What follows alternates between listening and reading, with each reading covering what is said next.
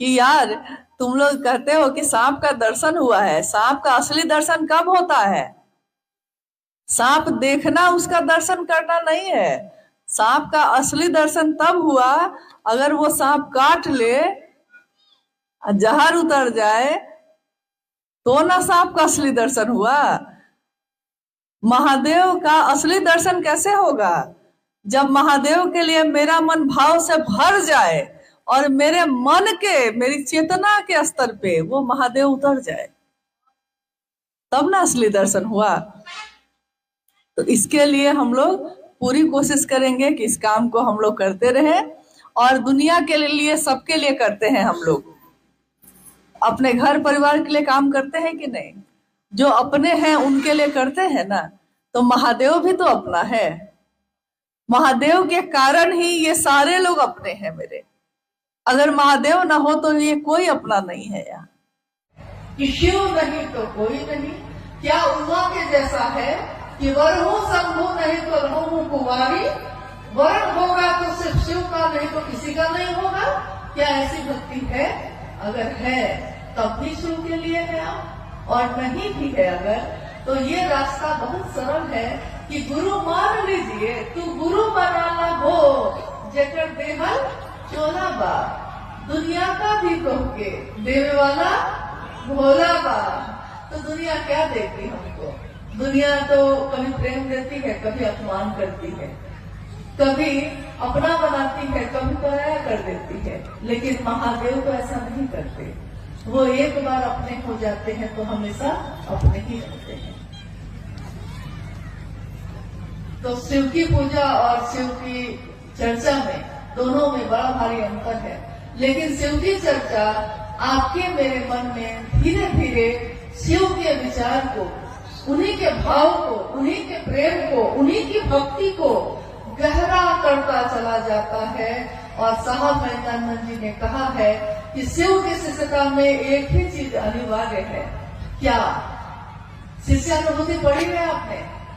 साहब की बोली हुई, वो लिखी हुई किताब है, छोटी सी, 1990 के दशक में छापी गई थी। आप में से किसी ने शिष्यानुभूति पढ़ी है? आओ चले शिव की और किताब में भी है वो। आपने किसी ने पढ़ी है? गढ़वा में कोई पढ़ा ही नहीं शिष्यानुभूति? पढ़े हैं ना कुछ लोग? तो उसमें एक ही चीज अनिवार्य है। कुछ नहीं है तो कोई बात नहीं, अस्थाई शिष्य भाव, यही एक अनिवार्य चीज है। लेकिन ये अनिवार्य चीज जो है बड़ा मुश्किल है, बहुत कठिन है। लेकिन करत करत अभ्यास के जरमति होते सुजान। करत करत अभ्यास यानी शिव की चर्चा करते करते, शिव की बात करते करते, दूसरे को स्टेशन पहुंचाते पहुंचाते हम भी पहुंच जाते हैं। दूसरे को महादेव का रास्ता दिखाते दिखाते हम भी उस रास्ते पे चलने लगते हैं। कहता है ना, हमको नहीं देखा हुआ है, तुम दिखा दो, तो हम भी तो उस रास्ते पे चल देते हैं। तो शिव की चर्चा करते करते हमारा मन धीरे धीरे धीरे धीरे शिव के लिए अस्थायी भाव से आने लगता है। एक जिज्ञासा है, शिव गुरु को मानते हैं, उनसे दया भी मांगते हैं, नमन भी करते हैं, पर चर्चा नहीं कर पाते हैं। तो शिव मेरे गुरु नहीं होंगे क्या? चर्चा कैसे कर पाएंगे? दया मांग पाते हैं, नमन कर पाते हैं, लेकिन शिव की चर्चा नहीं कर पाते।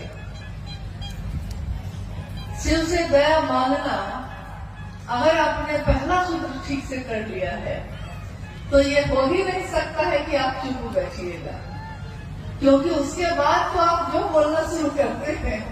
जो लोग मूक थे, मौन थे, अपने घरों में बंद थे, उन लोगों ने जब शिव को गुरु बनाया तो ऐसा बोलना शुरू किया कि सामने वाला जब मिलता है तो घबरा जाता है, कहता है पहले ही कि हाँ हाँ हो गया, अब इससे ज्यादा मत बोलिए, हम मानने को तैयार हैं, शिव मेरे गुरु हैं। वो इतना बोलेगा कि महादेव को गुरु बनाए भैया, बनाए। कि लास्ट में वो कह देता है कि हाँ भैया अब मत बोलिए, अब थक गए। थक के वो कहता है कि इससे बढ़िया है कि मांगिए लेते हैं, तो मांग लेता है वो। यानी कि तब भी आप चुप नहीं होते। शिव का ध्यान, शिव का भाव दिल में थोड़ा जागे, दिल में थोड़ा जागेगा तो मुंह से तो अपने आप ही निकलता है। ये शास्त्र से बोली हुई बात है, ये शिव गुरु का मंच है। बोलिए, आपने कभी किसी को विद्वान, बड़े बड़े विद्वान को आके यहाँ बोलते सुना है? कभी नहीं सुना होगा। हमारे गुरुवान ही बोलते हैं, वही भजन गाते हैं, वही चर्चा करते हैं, वही संचालन करते हैं। यानी शिव शिष्यों की ये दुनिया, हाय रे ये दुनिया, हरिंदर की दुनिया, एक हरिंदर निहाल सारी दुनिया। कैसी दुनिया उन्होंने बनाई है, जिसमें कोई शास्त्र नहीं पढ़ा हमने, कोई किताबें नहीं पढ़ी हैं। कितने लोग तो अनपढ़ हैं, दुनिया जिसको कहती है गंवार वो भी है। लेकिन जब महादेव की बात करना शुरू करते हैं तो लोग ठहर के सुनते हैं कि कौन बोल रहा है ये। भैया ये कहाँ से सीखा आपने? वो कहता है, पूछता है। और भैया या दीदी कहती हैं कि भाई ये तो भैया साहब हरिंदर जी का बात है जो हम कह रहे थे। तो उसने कहा कि क्या एक एक लाइन उन्होंने कही है? तो नहीं, उन्होंने सिर्फ इतना ही कहा था कि महादेव को अपना गुरु बनाना।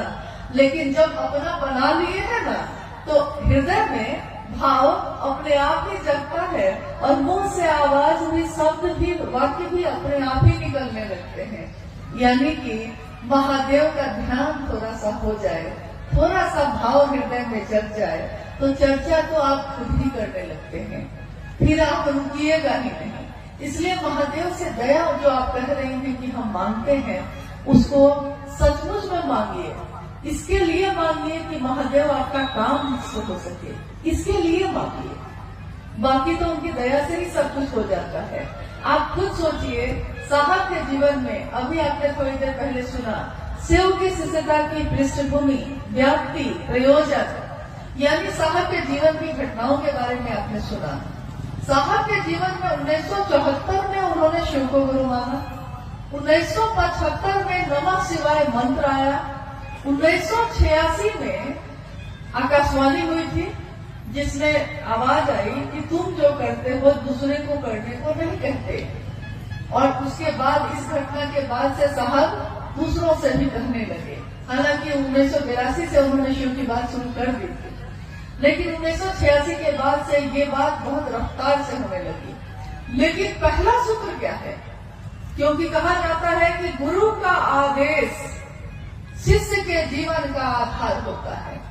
तो इस तरीके से तो आकाशवाणी जो हुई थी, गुरु का आदेश तो वही था, पहला सूत्र तो वही होना चाहिए था। लेकिन पहला सूत्र क्या हुआ? शिव से दया मांगना।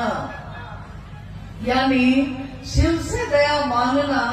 साहब ने कहा कि मैंने अपने जीवन की घटनाओं से ये समझा है कि ये नमः शिवाय का आना और जाना, ये भी शिव की दया है। ये आकाशवाणी का मुझको प्रेरित करना महादेव के काम को करने का, ये भी महादेव की दया है। मेरे मन में इस श्लोक का गूंजना कि गुरु र ब्रह्मा, गुरु र विष्णु, गुरु र देवो महेश्वर, गुरु साक्षात पर ब्रह्म तस्मै श्री गुरुवे नमः। और मेरे मन में गुरु भगवान होते हैं तो भगवान गुरु क्यों नहीं है? भगवान को ही गुरु मान लिया। ये प्रेरणा मेरे मन में भरने वाले शिव की दया है। उस प्रेरणा के बाद मैंने शिव को गुरु मानने के बाद अपनी पत्नी से कहा, उसके बाद दुनिया के लोगों से कहा, नमः शिवाय आया, आकाशवाणी आई, दुनिया में लोग, कुछ लोग 12 लोग 13 लोग पहले शिव के शिष्य बने, फिर उसके बाद सैकड़ों लोग बने, हजारों बने, लाखों बने। आज शिव शिष्यों की संख्या करोड़ों में है। यहाँ तक कि लोग कहते हैं कि गणना हो सकती है क्या? तो हम लोग कहते हैं कि यह संभव है। क्यों? क्योंकि जैसे ही गणना शुरू करिएगा, इधर से शुरू कीजिएगा कि तब तक तो दूसरा लॉट जारी है। मतलब अभी 5 आदमी का किया है तो 10 आदमी तो और घोषणा होकर रेडी है। कितनी की गणना करिएगा, कितनी की गिनती करिएगा? तो देखिए, गणना नहीं हो सकती, इतने शिव के शिष्य हैं। किसके कारण हुआ?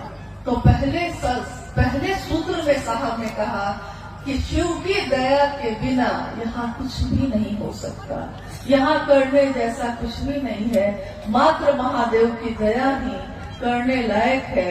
देखिए अभी हम लोग आए तो धूप थी इतनी तेज, महादेव के भाव में हम भी हैं, महादेव के भाव में आप भी हैं। क्या मौसम नहीं बदल गया?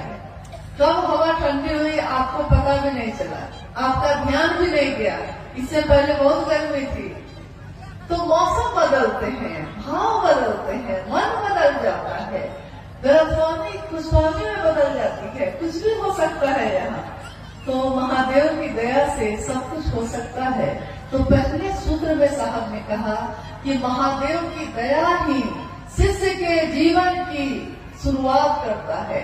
अगर नींव का पत्थर मजबूत हो तो उसमें कितनी भी बड़ी इमारत बनेगी वो मजबूत होगी।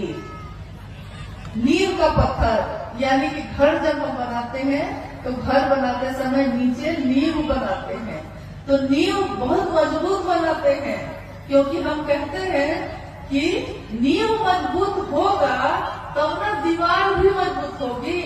तो शिव से दया मांगना उसी नींव की तरह है। अगर शिव से दया मांग लिया है ठीक से, मन से, इसके लिए कि आपका काम हो सके, तो चर्चा तो आप ढूंढाल करिएगा और नमन में तो आपका मन दिन रात रहेगा ही रहेगा। इसके सिवा और कोई चारा नहीं है। अब क्या आएगा? हाँ, एक अंतिम जिज्ञासाएं तो बहुत हैं, लेकिन हम सभी समय में बंधे हैं, इसलिए एक अंतिम जिज्ञासा है कि हम गुरु भाई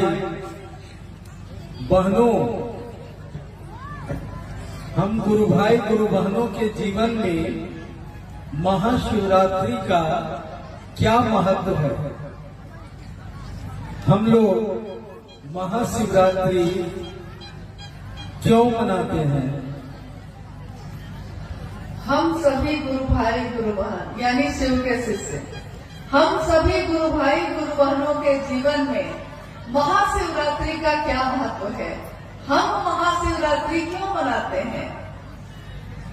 जब साहब मधेपुरा में रह रहे थे उसी समय मां नीलमानंद जी ने कहा कि हमने शिव को गुरु बनाया है तो हम लोग को शिव के लिए कुछ करना तो चाहिए, तो हम क्या कर सकते हैं?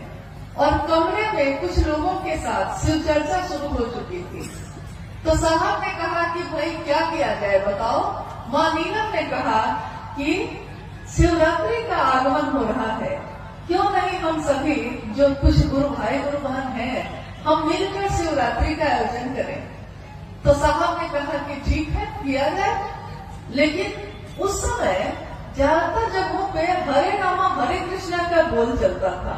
यहाँ तक कि माँ दुर्गा के मंदिरों में भी, शिव के मंदिरों में भी हर जगह हरे रामा हरे कृष्णा होता था। तो साहब ने कहा कि यार इन महाशिवरात्रि का आयोजन है, शिव की पूजा करेंगे, लेकिन बोल क्या होंगे, हम बोलेंगे क्या उसमें? तो मां नीलमानंद जी ने लिखा हरा भोला भोला भोला भोला हरा हरा। हम ये लेते हैं तो मान लेता है वो, यानी कि तब भी आप चुप नहीं होते। शिव का ध्यान, शिव का भाव दिल में थोड़ा जागे, दिल में थोड़ा जागेगा तो मुंह से तो अपने आप ही निकलता है। ये शास्त्र से बोली हुई बात है, ये शिव गुरु का मंच है। बोलिए आपने कभी किसी को विद्वान, बड़े बड़े विद्वान को आके यहाँ बोलते सुना है? कभी नहीं सुना होगा। हमारे गुरु भाई गुरु बहन नहीं बोलते हैं, वही भजन गाते हैं, वही चर्चा करते हैं, वही संचालन करते हैं। यानी शिव शिष्यों की ये दुनिया, हाय रे ये दुनिया हरिंदर की दुनिया, एक हरिंदर निहाल सारी दुनिया। कैसी दुनिया उन्होंने बनाई है जिसमें कोई शास्त्र नहीं पढ़ा हमने, कोई किताबें नहीं पढ़ी हैं, कितने लोग तो अनपढ़ हैं, दुनिया जिसको कहती है गंवार वो भी है। लेकिन जब महादेव की बात करना शुरू करते हैं तो लोग ठहर के सुनते हैं कि कौन बोल रहा है ये, भैया ये कहाँ से सीखा आपने, वो कहता है, पूछता है। और भैया या दीदी कहती हैं कि भाई ये तो भैया साहब महेंद्रानंद जी का बात है जो हम कह रहे थे, तो उसने कहा कि क्या एक एक लाइन उन्होंने कही है?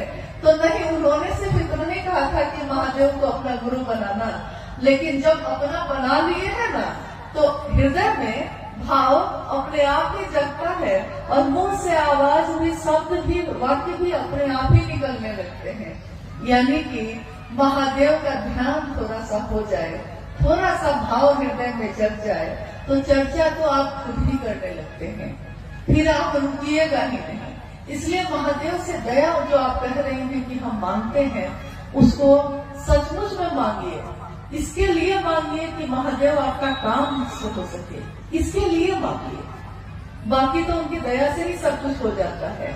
आप खुद सोचिए, साहब के जीवन में, अभी आपने थोड़ी देर पहले सुना, शिव की शिष्यता की पृष्ठभूमि, व्याप्ति, प्रयोजन, यानी साहब के जीवन की घटनाओं के बारे में आपने सुना। साहब के जीवन में 1974 में उन्होंने शिव को गुरु माना, 1975 में नमः शिवाय मंत्र आया, 1986 में आकाशवाणी हुई थी जिसने आवाज आई कि तुम जो करते हो दूसरे को करने को नहीं कहते। और उसके बाद, इस घटना के बाद से साहब दूसरों से भी कहने लगे। हालांकि 1982 से उन्होंने शिव की बात शुरू कर दी थी, लेकिन 1986 के बाद से ये बात बहुत रफ्तार से होने लगी। लेकिन पहला सूत्र क्या है? क्योंकि कहा जाता है कि गुरु का आदेश शिष्य के जीवन का आधार होता है, तो इस तरीके से तो आकाशवाणी जो हुई थी, गुरु का आदेश तो वही था, पहला सूत्र तो वही होना चाहिए था। लेकिन पहला सूत्र क्या हुआ? शिव से दया मांगना, यानी शिव से दया मांगना। साहब ने कहा कि मैंने अपने जीवन की घटनाओं से ये समझा है कि ये नमः शिवाय का आना और जाना, ये भी शिव की दया है। ये आकाशवाणी का मुझको प्रेरित करना महादेव के काम को करने का, ये भी महादेव की दया है। मेरे मन में इस श्लोक का गूंजना कि गुरु र ब्रह्मा गुरु र विष्णु गुरु र देवो महेश्वर, गुरु साक्षात पर ब्रह्म तस्मै श्री गुरुवे नमः। और मेरे मन में गुरु भगवान होते हैं, तो भगवान गुरु क्यों नहीं है? भगवान को ही गुरु मान लिया। ये प्रेरणा मेरे मन में भरने वाले शिव की दया है। उस प्रेरणा के बाद मैंने शिव को गुरु मानने के बाद अपनी पत्नी से कहा, उसके बाद दुनिया के लोगों से कहा, नमः शिवाय आया, आकाशवाणी आई, दुनिया में लोग, कुछ लोग 12 लोग 13 लोग पहले शिव के शिष्य बने, फिर उसके बाद सैकड़ों लोग बने, हजारों बने, लाखों बने। आज शिव शिष्यों की संख्या करोड़ों में है। यहाँ तक कि लोग कहते हैं कि गणना हो सकती है क्या? तो हम लोग कहते हैं कि असंभव है। क्यों?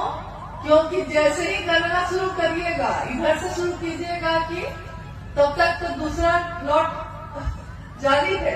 मतलब अभी 5 आदमी का किया है तो 10 आदमी तो और घोषणा होके रेडी है। कितनी की गणना करिएगा, कितनी की गिनती करिएगा? तो देखिए, गणना नहीं हो सकती, इतने शिव के शिष्य हैं। किसके कारण हुआ? तो पहले सूत्र में साहब ने कहा कि शिव की दया के बिना यहाँ कुछ भी नहीं हो सकता, यहाँ करने जैसा कुछ भी नहीं है। मात्र महादेव की दया ही करने लायक है। देखिए, अभी हम लोग आए तो धूप थी इतनी तेज, महादेव के भाव में हम भी हैं, महादेव के भाव में आप भी हैं। क्या मौसम नहीं बदल गया? कब हवा ठंडी हुई आपको पता भी नहीं चला, आपका ध्यान भी नहीं गया। इससे पहले बहुत गर्मी थी। तो मौसम बदलते हैं, भाव बदलते हैं, मन बदल जाता है, गलतफहमी खुशफहमी में बदल जाती है, कुछ भी हो सकता है यहाँ। तो महादेव की दया से सब कुछ हो सकता है। तो पहले सूत्र में साहब ने कहा कि महादेव की दया ही शिष्य के जीवन की शुरुआत करता है। अगर नींव का पत्थर मजबूत हो तो उसमें कितनी भी बड़ी इमारत बनेगी वो मजबूत होगी। नींव का पत्थर यानी कि घर जब हम बनाते हैं तो घर बनाते समय नीचे नींव बनाते हैं, तो नींव बहुत मजबूत बनाते हैं, क्योंकि हम कहते हैं कि नींव मजबूत होगा तब ना दीवार भी मजबूत होगी। तो तो शिव से दया मांगना उसी नींव की तरह है। अगर शिव से दया मांग लिया है ठीक से, मन से, इसके लिए कि आपका काम हो सके, तो चर्चा तो आप ढूंढाल करिएगा और नमन में तो आपका मन दिन रात रहेगा ही रहेगा। इसके सिवा और कोई चारा नहीं है। अब क्या आएगा? हाँ, एक अंतिम जिज्ञासाएं तो बहुत हैं, लेकिन हम सभी समय में बंधे हैं। इसलिए एक अंतिम जिज्ञासा है कि हम गुरु भाई बहनों, हम गुरु भाई गुरु बहनों के जीवन में महाशिवरात्रि का क्या महत्व है? हम लोग महाशिवरात्रि क्यों मनाते हैं? हम सभी गुरु भाई गुरु बहन यानी शिव के शिष्य, हम सभी गुरु भाई गुरु बहनों के जीवन में महाशिवरात्रि का क्या महत्व है? हम महाशिवरात्रि क्यों मनाते हैं? जब साहब मधेपुरा में रह रहे थे, उसी समय मां नीलमानंद जी ने कहा कि हमने शिव को गुरु बनाया है, तो हम लोग को शिव के लिए कुछ करना तो चाहिए, तो हम क्या कर सकते हैं? और कमरे में कुछ लोगों के साथ शिव चर्चा शुरू हो चुकी थी। तो साहब ने कहा कि भाई क्या किया जाए बताओ। मां नीलम ने कहा कि शिवरात्रि का आगमन हो रहा है, क्यों नहीं हम सभी जो कुछ गुरु भाई गुरु बहन हैं, हम मिलकर शिवरात्रि का आयोजन करें। तो साहब ने कहा कि ठीक है, किया जाए।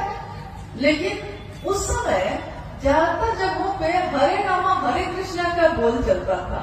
यहाँ तक कि माँ दुर्गा के मंदिरों में भी, शिव के मंदिरों में भी हर जगह हरे रामा हरे कृष्णा होता था। तो साहब ने कहा कि यार, इन महाशिवरात्रि का आयोजन है, शिव की पूजा करेंगे, लेकिन बोल क्या होंगे, हम बोलेंगे क्या उसमें? तो मां नीलमानंद जी ने लिखा, हरा भोला भोला, भोला हरा हरा, हरा शिवा शिवा, शिवा शिवा हरा हरा। और इसी धुन पे उस समय शिवरात्रि का आयोजन हुआ। सभी लोगों ने इस धुन पे को गाया। उसके बाद साहब आ गए पटना में जो उनका घर था वो छोटा सा फ्लैट था। तो अगले बार जब शिवरात्रि का आयोजन हुआ तो मां नीलमानंद जी ने कहा कि क्यों नहीं इसको बाहर मैदान में किया जाए।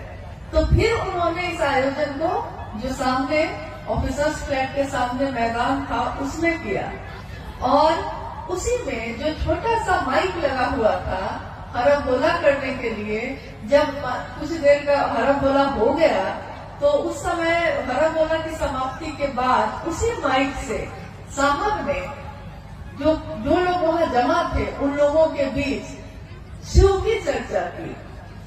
तो साहब कहते हैं कि शिवरात्रि एक ऐसा प्लेटफॉर्म है, एक ऐसी जगह है जहां आपने, साहब ने कहा कि आपने देखा होगा कि जब बच्चे नदी में कूदते हैं तैरने के लिए या स्विमिंग पूल में कूदते हैं तो बहुत ऊपर में लकड़ी का एक टुकड़ा लगा रहता है, और उस लकड़ी के या बहुत बड़ा कोई सीमेंट का बना रहता है, और वहां खड़े होके वो ऊपर से जंप करता है पानी में तैरने के लिए, तैराकी के प्रतियोगिता में। तो ऊपर से जंप करता है धरती पे, मतलब नदी में। तो साहब ने कहा शिव के शिष्यों के लिए महाशिवरात्रि उसी तरह है कि महाशिवरात्रि से ही लॉन्च हुई शिव की चर्चा। इसीलिए शिव के शिष्य एक उत्सव अपने गुरु का मनाते हैं, महाशिवरात्रि। और मेरा निवेदन है कि आज अभी जो आने वाला है 8 मार्च को महाशिवरात्रि का आयोजन हो रहा है, हर जगह पे हो रहा है।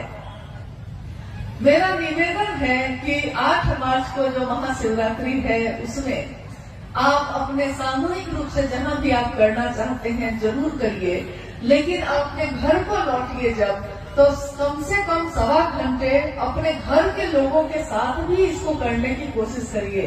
अपने पड़ोसियों को भी बुलाइए इसमें, और इसके साथ साथ सजाइए अपने घर को। अपने मोहल्ले को, अपने दरवाजे को, क्योंकि शिव की रात्रि नहीं है, महाशिवरात्रि है। शिव के शिष्यों के लिए शिव की चर्चा का आगाज करने वाली है। तो हम नमन करते हैं अपने साहब दीदी को, अपने गुरु शिव को, कि महादेव की दया हम सभी पे बनी रहे, हम सबका जीवन शिवमय हो, सुगंधमय हो। साहब